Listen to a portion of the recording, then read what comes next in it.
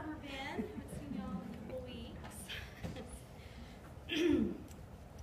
When I think about my Grandpa Wolfie, and he was always just Wolfie, Grandpa Wolfie, there's just some general memories that come to mind. Grandpa always told the story, usually around kids or grandkids, you call each other what the kids call you. And Grandpa would laugh hard, remembering the first time I called him Honey, because that's what Grandma called him all the time.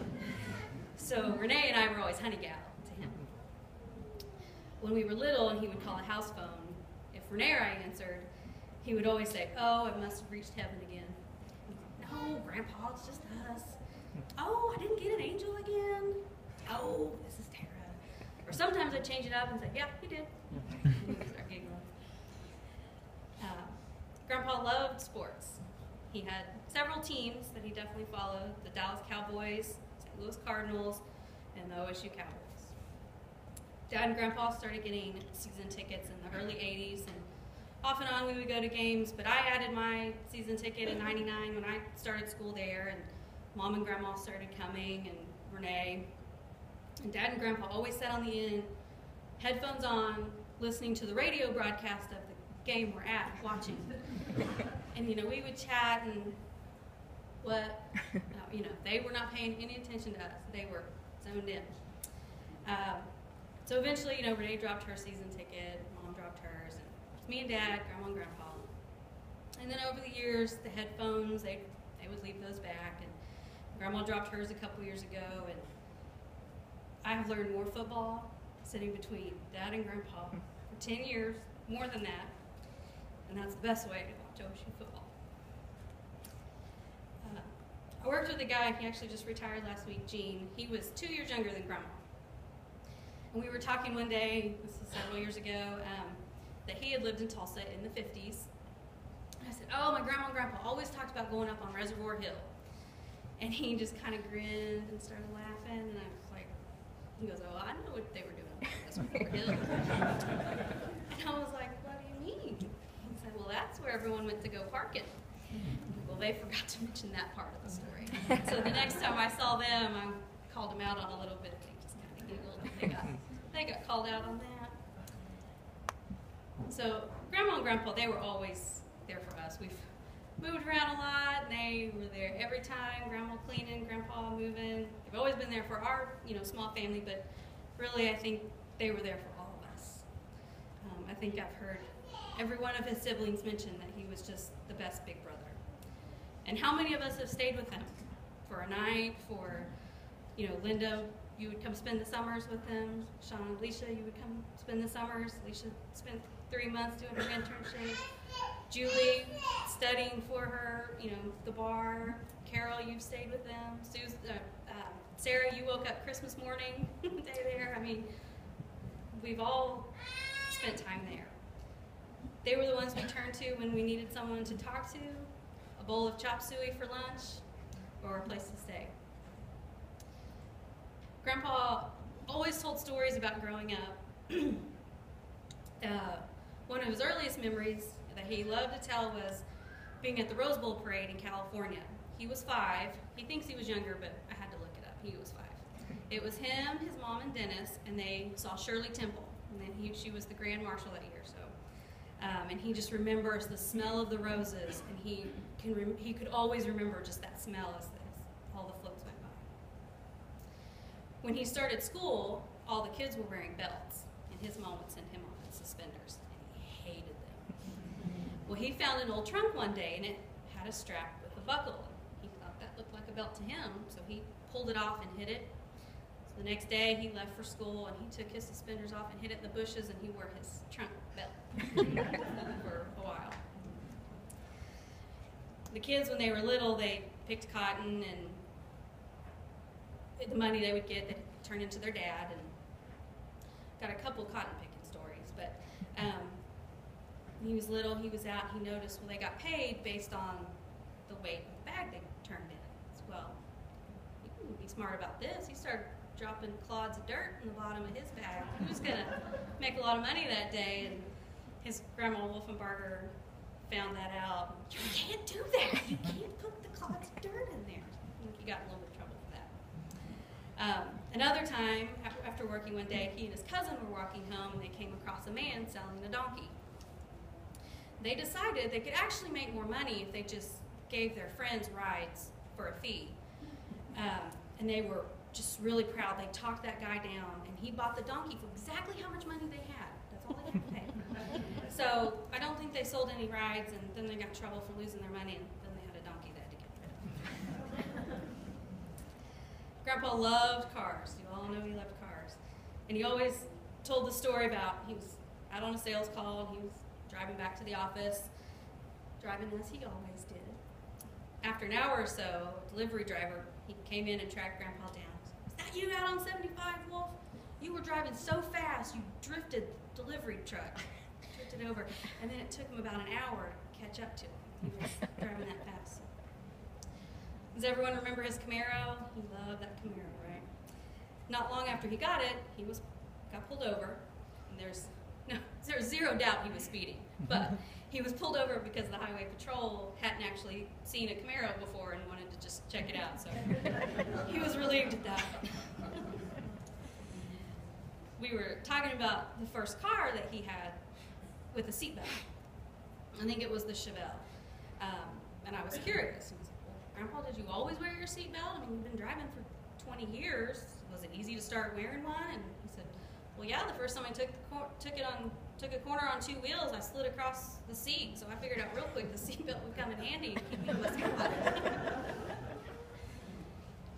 I always enjoyed eating meals with Grandpa. It didn't matter if it was 100 degrees outside. There was a good chance he might order a bowl of spicy chili and coffee. But a few things will always stick out. The way he ate corn on the cob, I don't know if you all have ever seen it, I mean, in perfectly straight rows, just one row after the next. Eating a sandwich, precise row, all the way across. And pancakes, he loved pancakes, but he had to square them off. He would not leave them round. Along those same perfection lines, when I was little, I'm old enough at least to remember it, maybe 4 or 5, Grandpa was teaching me the fine art of wrapping the toilet paper around your hand to make it nice and neat and folded. I grabbed it from him. "No, just wad it up." He was, blah! I couldn't stand it. He just left the room. He couldn't stand to see it. Wad it up. In middle school, I went to Take Your Daughter to Work Day with him, and we went on a sales call to Claremore. We ate at Cotton Eye Joe's, and then we spent all afternoon at the Davis Gun Museum. Now, they are the largest private gun collector in the world. We were the only ones there, and he was so excited to show me everything they had. I don't remember much about the guns, but I do remember how much fun it was to watch him in there. He was like a kid in a candy store. Over the last 10 years or so, a lot of times when we would drive out to Glenn and Linda's, and I would come pick them up so he didn't have to drive in the dark. And it's a 6-hour drive, so Grandma would ride up front. We'd just turn it on the 40s or 50s channel, and he either had his newspaper or magazine or book, and I'd watch him in the rear view, and he'd just kind of bebop along until he bebopped himself to sleep, and he was just perfectly content to ride. Just a few months ago, we were getting the new little mini cable box set up in his bedroom. It's not the big cable box, it's just a little one that Cox requires now. But it has the guide, and it has a couple of the digital channels, and he was so excited. He wanted to see if Encore Western channel was good, if he was going to get in his bedroom now. And yes, it was there. So we turned it on, and you can imagine, so TV's on one wall and the bed's on this wall, so he would sit with his butt right in the middle of the bed, like sticking straight out, just watching like a little kid. And he was thrilled. He was watching an old Clint Eastwood movie, and he'd seen it many, many times. And I kind of stood there watching him for a second. And, "Grandpa, this isn't Spanish." He'd seen it so many times, he didn't even notice the Didn't even notice. When I think about some of Grandpa's signature phrases, there are a few that come to mind. I'm sure you've all heard at least one, if not several, all of these. What did he always refer to Daisy as? The War Department. Yes. If you went to their house and Grandpa came to the door, when he invited you in, he always asked you to enter into the inner sanctum. Now this one one I'm not as familiar with, but I have been promised to be taught first how to play high nine, and second, when best to say, walk George and let your wife ride. So all you brothers better get ready. Anytime you leave and are saying goodbye, he always warned, watch the crazies. And then in the last few years, he added on, I'm one less crazy out there tonight. Always at the end of voicemails, but so often his goodbye phrase was, tally-ho. When Grandma and Grandpa got married, they just went to the courthouse. And since they didn't get to do a first dance and have cake and toast, we threw them a huge party for their 50th anniversary. A lot of times at weddings, people will leave advice for the newlyweds. And we thought that Grandma and Grandpa would give advice from the oldie-weds. We had these little quotes all over the room, some from both of them, some from Grandma, but I wanted to share a few of Grandpa's. And these are, remember, this is his advice for a long, happy marriage. I always ask the War Department first. Don't come home drunk and expect her sympathy. I always get the last word, yes, dear. When she cooked her first pot of beans, I knew she was a keeper. She never ever made me eat raisin pie. I always told her, you can leave anytime you want. You just pack my bags too. So I think she packed his bags and just said, come on. So we put the word out. We'd like to invite anybody to share stories. I think we've got a poem maybe at least. But if y'all just want to stand where you're at, make it easy, we'd certainly love to hear any of the stories that you guys have. So I think Cardio, you have one. Yeah. I'm going to let Sean read it. Okay.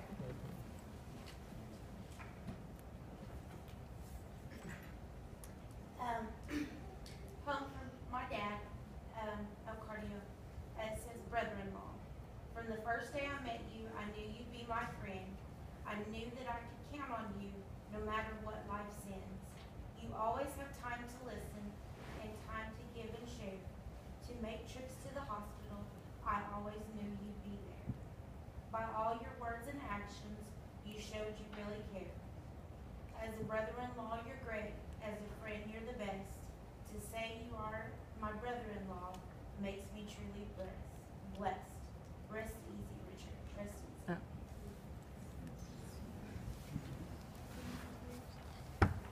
Yeah. Glenn? Well, as most of you realized, the movie Shane was playing last night on the video. Just a little short story about that. My wife and I, we've been married 48 years, and this was before we got married, but he came home to Arkansas with Daisy, and we said something about going and seeing a movie. And so we said, okay, we went and watched Thomasina. Y'all remember the cat that, you know, Richard loved cats about like I did. So that didn't go over too well. And the next time I think we went to a movie, we saw Old Yeller. It was about a dog. Well, anyway, Richard liked Westerns. He liked old Western movies. So I think about the time that they went on that trip to California, Linda and I was living just right off of Pittsburgh down below. But they were going to be leaving to go to California the next morning. So we went up there to say goodbye and to visit, but it must have been about mealtime. But Richard and I wound up eating scrambled eggs and drinking beer. Now, some may think that's a little strange, but we didn't think anything about it. But we watched Shane that night for the first time. And I think, Terry, it was filmed in 1952, so it was a kind of an old movie then. But for some reason, that was the first time I'd ever seen it. But I bet I've watched it a dozen times since then. And I know Richard is probably talking about Shane right now. But anyway, just want to say I've known Richard for about 50 years, and I couldn't ask for a better brother-in-law.